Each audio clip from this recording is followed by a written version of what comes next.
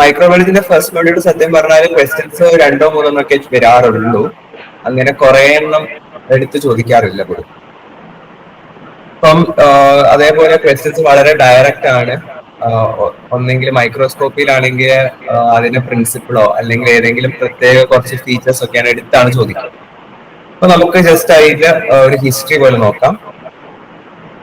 So Anton von ലിവൻഹുക്കിനെയാണ് നമ്മൾ father of microbiology എന്ന് പറയുന്നത്. കഴിഞ്ഞ ക്ലാസ്സിൽ ഫാദർ ഓഫ് ബാക്ടീരിയോളജി അതേപോലെ തന്നെ ഫാദർ ഓഫ് പ്രോട്ടോസുവോളജി ആയിട്ട് ലിവൻഹുക്കിനെ പരിഗണിക്കാറുണ്ട്. അതുകൊണ്ട് മൊത്തത്തിൽ ഇദ്ദേഹത്തിന് ഫാദർ ഓഫ് മൈക്രോബയോളജി എന്നാണ് നമ്മൾ വിളിക്കുന്നത്. സോ ഇദ്ദേഹമായിരുന്നു ആദ്യമായിട്ട് ഒരു മൈക്രോസ്കോപ്പ് ക്രിയേറ്റ് ചെയ്തത്. അതിന് മുന്നേ മൈക്രോസ്കോപ്പുകളൊക്കെ നിർമ്മിച്ചിട്ടുണ്ടായിരുന്നു. പക്ഷെ laboratory technician grade 2 in department of medical education വിജ്ഞാപനം വന്നു കഴിഞ്ഞു. ഈ ഒരു പരീക്ഷയ്ക്ക് ഉയർന്ന റാങ്കാണോ നിങ്ങളുടെ ലക്ഷ്യം? എങ്കിൽ ഇതാ വിജയചരിത്രം ആവർത്തിക്കുവാനായി ടെക് PSC തീവ്ര പരിശീലന ഓൺലൈൻ ക്ലാസുകൾ ആരംഭിച്ചിരിക്കുകയാണ്. കേരളത്തിലെ തന്നെ ഏറ്റവും വിദഗ്ധരായ അധ്യാപകർ നയിക്കുന്ന തീവ്ര പരിശീലന ഓൺലൈൻ ക്ലാസുകൾ, എക്സാം തീയതി വരെ നീണ്ടു നിൽക്കുന്ന ലൈവ് ക്ലാസുകളും റെക്കോർഡ് ക്ലാസുകളും, smart and effective capsule notes and study materials in PDF format, 3000-ലധികം topic wise multiple choice questions with detailed explanation, 20ഓളം ഫുൾ സിലബസ് ബേസ്ഡ് മോക്ക് ടെസ്റ്റുകൾ, ഡൗട്ട് ക്ലിയറൻസ് ആൻഡ് മെന്റർഷിപ്പ് എന്നിവയടങ്ങിയ ഈ ഒരു ഫുൾ പാക്കേജ് നിങ്ങൾക്ക് സ്വന്തമാക്കാം. അതും വെറും 2999 എന്ന നിസ്സാരമായ പ്രൈസിലും. അപ്പോൾ ഇപ്പോൾ തന്നെ ഈ ഒരു കോഴ്സിലേക്ക് ജോയിൻ ചെയ്തോളൂ. കൂടുതൽ വിവരങ്ങൾക്ക് സ്ക്രീനിൽ കാണുന്ന നമ്പറിൽ നിങ്ങൾക്ക് ഞങ്ങളെ ബന്ധപ്പെടാവുന്നതാണ്.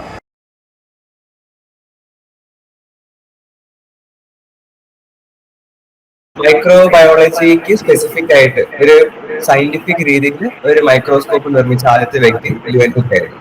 അപ്പം ആദ്യമായിട്ട് 1674 ഇദ്ദേഹം മൈക്രോസ്കോപ്പിലൂടെ സിംഗിൾ സെൽ ഓർഗാനിസം അല്ലെങ്കിൽ ഒറ്റ സെല്ലുള്ള ജീവികൾ മൈക്രോ ഓർഗാനിസംസ് ഇദ്ദേഹം മൈക്രോസ്കോപ്പിലൂടെ കണ്ടെത്തി. എന്നിട്ട് ആ കണ്ടെത്തലുകളൊക്കെ റോയൽ സൊസൈറ്റി ഓഫ് ലണ്ടൻ എന്ന് പറയുന്ന സൊസൈറ്റിയിലോട്ട് കത്തുകൾ വഴി ഇവർക്ക് കണ്ടെത്തലുകൾ അയച്ചു കൊടുത്തു. പിന്നെ അതിന് മുന്നേ തന്നെ നമ്മുടെ ഗലീലിയോ ഒക്കെ കോമ്പൗണ്ട് മൈക്രോസ്കോപ്പ് ഒക്കെ നിർമ്മിച്ചിട്ടുണ്ടായിരുന്നു. അപ്പൊ ഗലീലിയോ ലിവൻഹുക്ക് നിർമ്മിച്ച മൈക്രോസ്കോപ്പുകൾ ചെറിയ രണ്ട് വ്യത്യാസമുണ്ട്. ലിവൻഹുക്ക് ഉണ്ടാക്കിയ മൈക്രോസ്കോപ്പിൽ നമ്മൾ സിമ്പിൾ മൈക്രോസ്കോപ്പ് എന്നാണ് വിളിക്കുന്നത്. കാരണം ഈ മൈക്രോസ്കോപ്പിൽ ഒരൊറ്റ ലെൻസ് മാത്രമേ ഉണ്ടായിരിക്കുള്ളൂ. അപ്പം ലൈറ്റ് ഒരു ലെൻസിലൂടെ മാത്രമേ കടന്നു പോവുള്ളൂ. നേരെ മറിച്ച് ഗലീലിയോന്റേത് ഒരു കോമ്പൗണ്ട് മൈക്രോസ്കോപ്പ് ആയിരുന്നു. അപ്പൊ അതിലൂടെ ആ കോമ്പൗണ്ട് മൈക്രോസ്കോപ്പ് എന്ന് പറയാൻ കാരണം ഇതിൽ ഒന്നിൽ കൂടുതൽ ലെൻസുകൾ ഉണ്ടായിരുന്നു. അതുകൊണ്ട് ഇവിടെ 2 സെറ്റ് ഓഫ് ലെൻസസ് ആണ് യൂസ് ചെയ്തിരുന്നത്. അതിനുശേഷം കുറെ പുതിയ സയന്റിസ്റ്റുകൾ ഓരോ കണ്ടുപിടുത്തങ്ങൾ നടത്തി. ഫോർ എക്സാമ്പിൾ റോബർട്ട് ഹുക്ക് ആണ് ആദ്യമായിട്ട് കോക്ക് സാമ്പിളിന്റെ ഒബ്സർവേഷൻ നടത്തിയത്. കോർക്ക് എന്ന് പറയുന്നത് പണ്ടൊക്കെ വൈൻ ബോട്ടിൽ അടച്ചു വെക്കാൻ വേണ്ടി ഒരു അടപ്പുണ്ടായിരുന്നു. അത് ഒരു മരത്തിൽ നിന്ന് കിട്ടുന്ന ഒരു സംഭവമാണ് കോക്ക് എന്ന് പറയുന്നത്. അപ്പൊ അദ്ദേഹം അതിന് മൈക്രോസ്കോപ്പിലൂടെ നോക്കിയപ്പോൾ മൈക്രോസ്കോപ്പിലൂടെ ഇങ്ങനെ കുറെ ഹെക്സഗൺ ഷേപ്സിൽ കുറെ സെല്ലുകളെ കണ്ടെത്തി. അപ്പം അദ്ദേഹം അതിനെ ആദ്യമായിട്ട് സെൽ എന്നാണ് വിളിച്ചത്. കാരണം കുറെ കമ്പാർട്ട്മെന്റ്സ് ആയിട്ടാണ് ഇങ്ങനെ കിടക്കുന്നത്. അപ്പൊ ഈ ഓരോ കമ്പാർട്ട്മെന്റ്സ് അദ്ദേഹം സെൽ എന്നാണ് വിളിച്ചത്. ആൻഡ് അദ്ദേഹത്തിന്റെ ഫൈൻഡിങ്സിനൊക്കെ അല്ലെങ്കിൽ കണ്ടെത്തലുകളൊക്കെ മൈക്രോഗ്രാഫിയ എന്ന് പറഞ്ഞ ബുക്കിൽ പബ്ലിഷ് ചെയ്തു. അതിനുശേഷം നമ്മളിപ്പോ യൂസ് ചെയ്യുന്ന മോഡേൺ ലൈറ്റ് മൈക്രോസ്കോപ്പിന്റെ ഒരു ആദ്യത്തെ വേർഷൻ ഉണ്ടാക്കിയത് ജോസഫ് ജാക്സൺ ലിസ്റ്റർ ആയിരുന്നു. 1830 ഇത് ഉണ്ടാക്കിയത്. So the first modern light microscope ഉണ്ടാക്കിയത് ജോസഫ് ജാക്സൺ ലിസ്റ്റർ ആയിരുന്നു. അതിനുശേഷം പുതിയ കുറെ മൈക്രോസ്കോപ്പുകൾ ഉണ്ടാക്കി. ഫ്ലൂറസൻസ് മൈക്രോസ്കോപ്പ്, ഇലക്ട്രോൺ മൈക്രോസ്കോപ്പ്, ഇങ്ങനത്തെ പുതിയ അഡ്വാൻസ്ഡ് ആയിട്ടുള്ള മൈക്രോസ്കോപ്പുകളൊക്കെ നിർമ്മിച്ചിട്ടുണ്ടായിരുന്നു. നമുക്ക് മൈക്രോസ്കോപ്പ് സിലബസിൽ പ്രധാനമായിട്ട് 5 മെയിൻ മൈക്രോസ്കോപ്പുകളാണ് പറയുന്നത്. Compound microscope, dark field, face contrast, പിന്നെ ഫ്ലൂറസൻസ് മൈക്രോസ്കോപ്പ്, അതേപോലെ തന്നെ ഇലക്ട്രോൺ മൈക്രോസ്കോപ്പ്. അത് നോക്കുന്നതിന് മുന്നേ മൈക്രോസ്കോപ്പിന്റെ പാർട്സ് എന്തൊക്കെയാണെന്ന് നമുക്ക് നോക്കാം. അത് പഠിച്ചാൽ നമുക്ക് ബാക്കിയുള്ള മൈക്രോസ്കോപ്പിനെ കുറിച്ച് പറയുമ്പോൾ എന്തെങ്കിലും മനസ്സിലാവുള്ളൂ. സോ മൈക്രോസ്കോപ്പ് എന്ന് പറഞ്ഞാൽ നമുക്കറിയാം ചെറിയ നമുക്ക് കണ്ണുകൊണ്ട് കാണാൻ പറ്റാത്ത ജീവികളെ അല്ലെങ്കിൽ എന്തെങ്കിലുമൊക്കെ സാധനങ്ങളെ വലുതാക്കി കാണാൻ വേണ്ടിയിട്ടുള്ള ഒരു എക്വിപ്മെന്റ് ആണ് മൈക്രോസ്കോപ്പ് എന്ന് പറയുന്നത്. മെയിൻ ആയിട്ട് 2 ടൈപ്പ് ഓഫ് മൈക്രോസ്കോപ്പാണ് നമുക്ക് വരുന്നത്. Light microscope, electron microscope. നിങ്ങൾ ക്ലാസ്സിൽ ആരെങ്കിലും മൈക്ക് ഓൺ ആക്കി വെച്ചിട്ടുണ്ടോ? കാരണം ചെറിയ എക്കോ അടിക്കുന്നുണ്ട്. സോ ഓക്കെ, സോ രണ്ട് ടൈപ്പ് മൈക്രോസ്കോപ്സ് ആണുള്ളത്, light microscope and electron microscope. അപ്പം ഇവിടെ നമ്മൾ പൊതുവെ യൂസ് ചെയ്യുന്ന മൈക്രോസ്കോപ്പിന് നമ്മുടെ സ്കൂളിലും കോളേജിലും ലാബിലൊക്കെ പൊതുവെ വരുന്നത് ലൈറ്റ് മൈക്രോസ്കോപ്പ് ആണ്.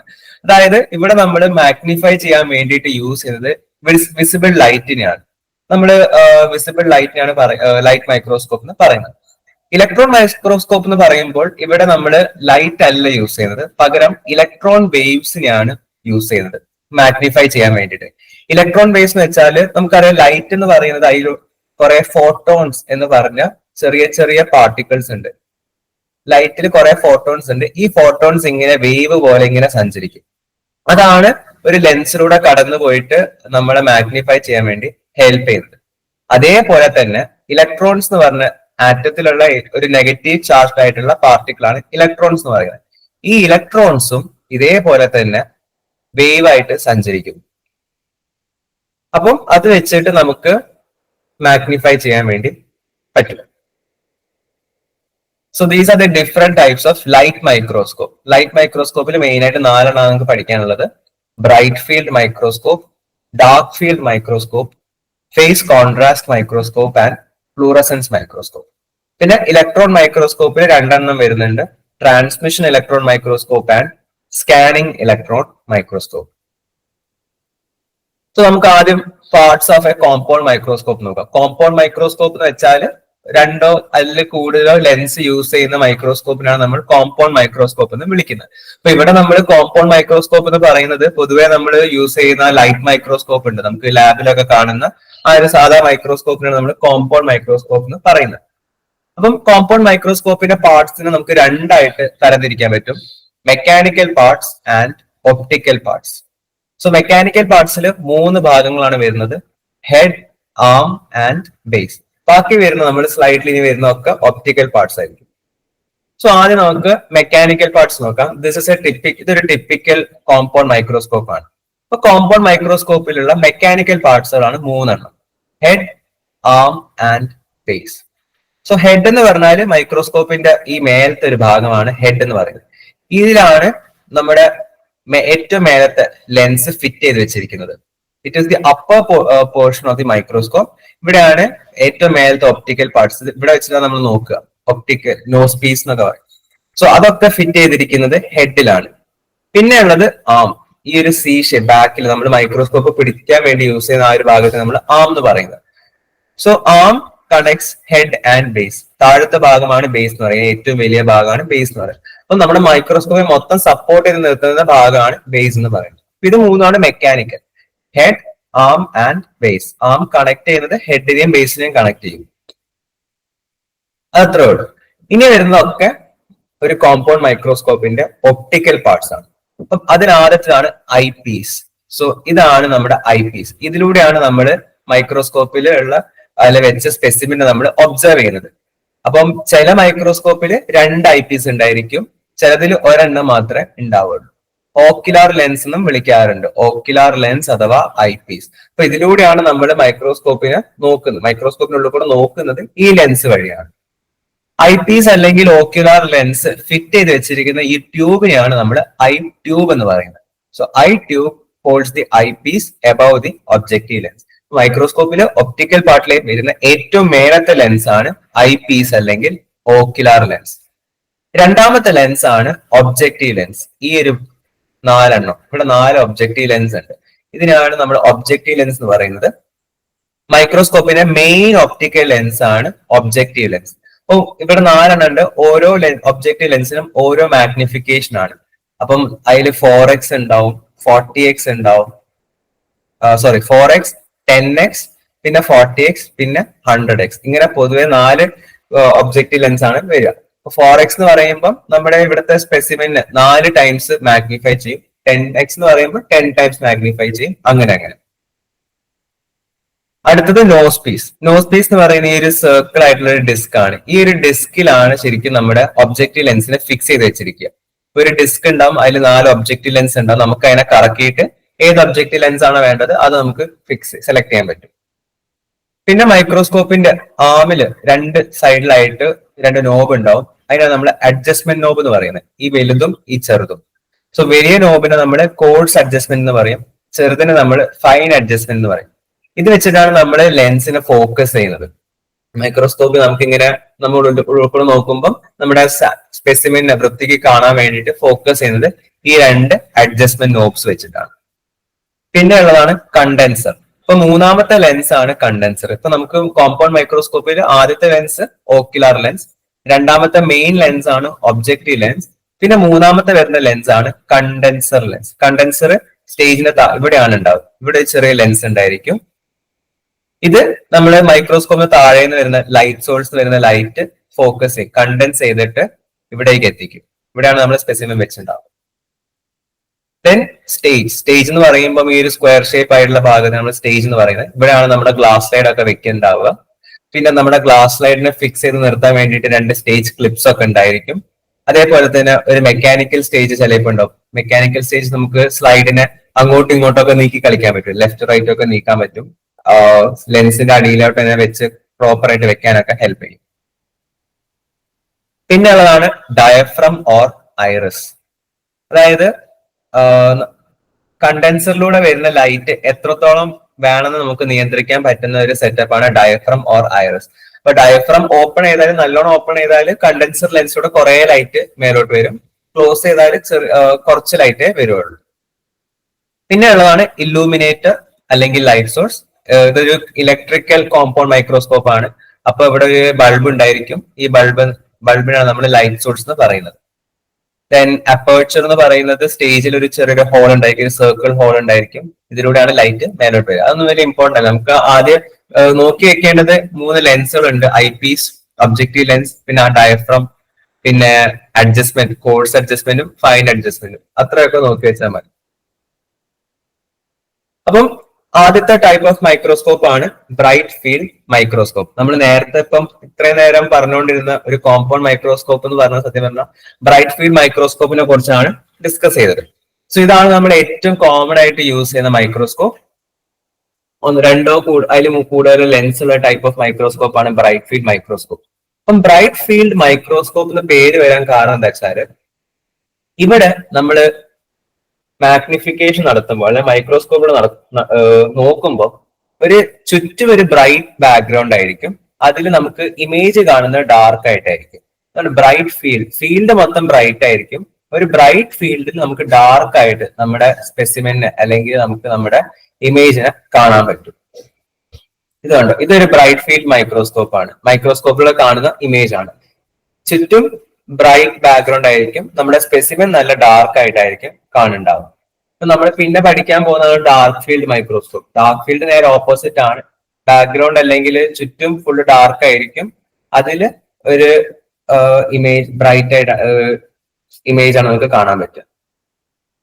So bright field microscope it produces A dark image on A bright background. അപ്പൊ ഇവിടെ ഐ പീസ് ഉണ്ടായിരിക്കും. ഐ പീസിന്റെ മാഗ്നിഫിക്കേഷൻ 10 ടൈംസ് ആണ്, അല്ലെങ്കിൽ 10x. ഒബ്ജക്റ്റീവ് ലെൻസിന്റെ മാഗ്നിഫിക്കേഷൻ 4 വരുന്നുണ്ട്: 4x, 10x, 40x and 100x. Specimen നമ്മൾ സ്റ്റേജിലാണ് ഫിക്സ് ചെയ്യുക.